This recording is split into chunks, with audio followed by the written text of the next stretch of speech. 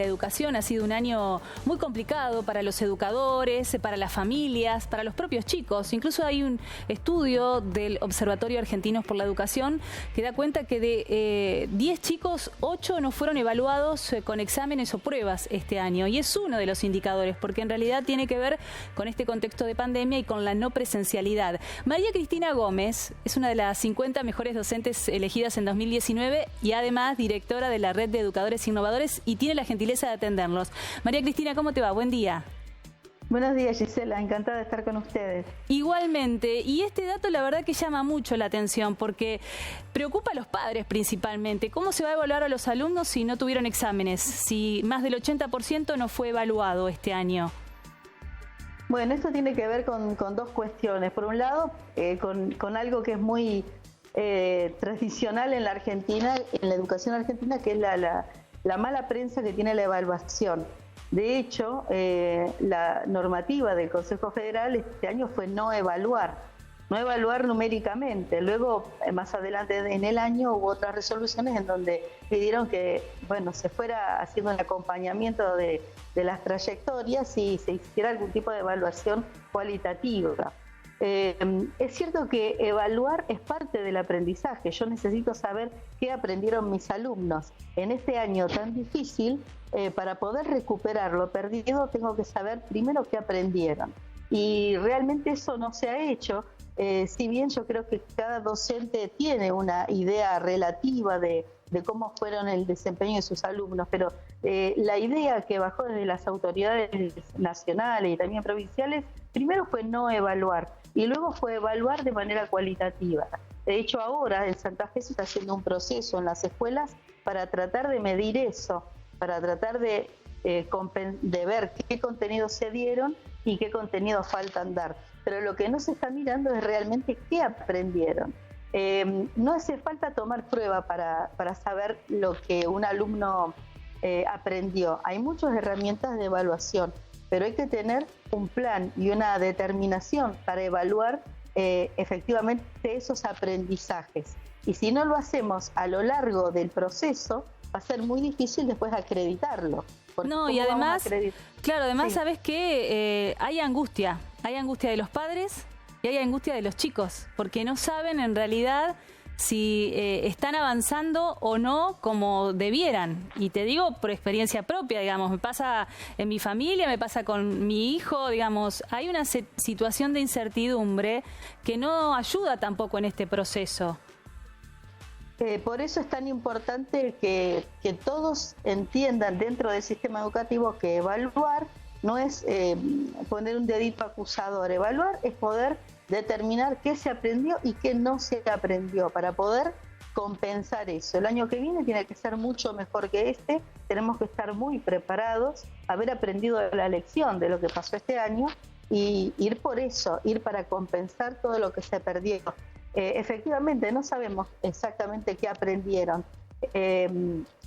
Yo siempre digo que un docente que hace bien su trabajo sí tiene esa foto de su grado, de su materia, pero yo creo que para que los padres estén tranquilos también se debe dar una noticia general, una orientación en donde todos puedan bajar ese nivel de ansiedad. Fíjate que la mayoría de las familias, el 60%, dice que perdieron aprendizajes los chicos.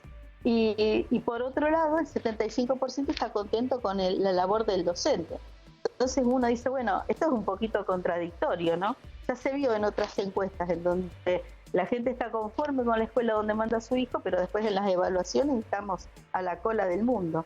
Entonces tenemos que superar esa subjetividad y tratar de dar señales claras a las familias para que estén tranquilos y sí desde los ámbitos educativos, bueno, generar las instancias de evaluación necesarias, que las hay muchas, que son cualitativas, que son cuantitativas. Bueno, no vamos a desagregar todo eso, pero sí que tenemos herramientas y eso sería llevar tranquilidad a las familias.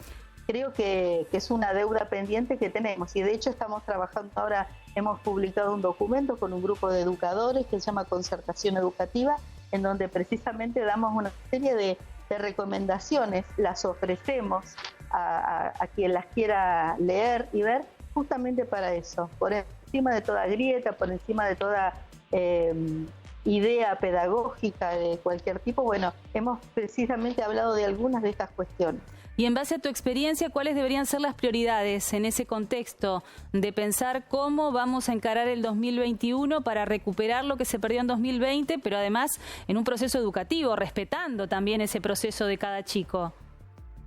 Bueno, yo considero que hay que hacer lo he dicho muchas veces, ¿no? Una especie de traje a medida de cada escuela, porque nadie mejor que la comunidad de esa escuela para saber qué es lo que se aprendió y lo que no se aprendió y cómo resolverlo, pero necesitamos que desde las instancias de gobierno, desde el Ministerio de la Nación y de la provincia, se liberen los recursos, no solamente materiales, sino también recursos humanos y pedagógicos para acompañar, porque si no es dejar a las escuelas muy solas frente a esto que conmocionó a toda la humanidad.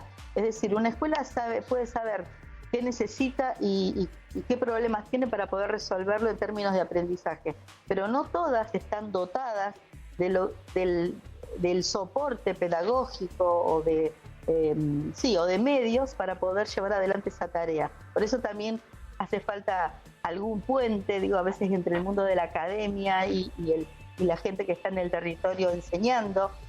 Tenemos que hacer una red que permita contener eso y también dotarlo de los elementos necesarios. O sea, necesitamos conectividad, necesitamos dispositivos, porque muy seguramente el año que viene tendremos una educación híbrida y si no la tenemos debemos estar preparados. No creo que seamos una excepción frente a los brotes que hemos visto en Europa, pero las escuelas deben primero saldar su deuda sanitaria. Sabemos que muchas escuelas no tienen agua, no tienen cuestiones que son básicas. Luego tenemos que ir a las condiciones que tienen que ver con el poder sostener la conectividad y la virtualidad si tuviéramos que volver a estar aislados.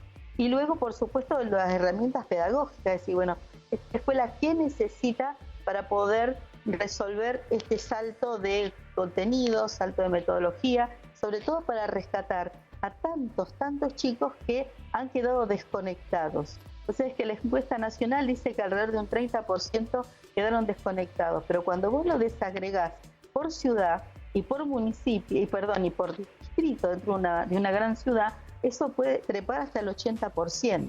Esto no lo digo yo, lo dice UNICEF. Entonces, es muy importante tener eso. Entonces, ¿cómo nos estamos preparando? Yo creo que tiene que haber un cruce de recursos que se resuelven en el territorio, a lo mejor recursos municipales que ayuden a las escuelas, porque si tenemos que tener a cantidades de chicos y tenemos que mantener el distanciamiento, vamos a necesitar de espacios que hoy no tenemos, pero a lo mejor el municipio sí tiene para poder ir subsanando eso mientras vamos resolviendo la escala que necesitamos. Como ves, no es tan sencillo, pero es que hay que, yo digo, superponer el mapa epidemiológico con el mapa municipal y ver, por otro lado, qué recursos pedagógicos las instituciones educativas pueden ofrecer a las escuelas para que no se queden solas, sin recursos, frente a remontar los aprendizajes de los chicos. María Cristina, no es sencillo, pero hay que pensar y hay que también buscar la opinión de los expertos. Así que te agradezco muchísimo este contacto. Ojalá que de a poco todos empecemos a armar este rompecabezas que nos permita tener el año que viene los chicos en las escuelas, a pesar del coronavirus, y enfocados en la educación. Te agradezco mucho, que tengas un muy buen día. Gracias a ustedes. Muy amable. María Cristina Gómez, para destacar, ella es la directora de la Red de Educadores Innovadores, pero en este proceso también hay que destacar lo que fue y lo que es el trabajo de los docentes, que se adaptaron a la pandemia, que tienen problemas de conectividad, que tienen que convivir con el resto de la familia en la casa y aún así sostener la educación de sus alumnos. Así que también hay que destacar la labor de los docentes y seguramente el año que viene va a ser otro año de grandes desafíos.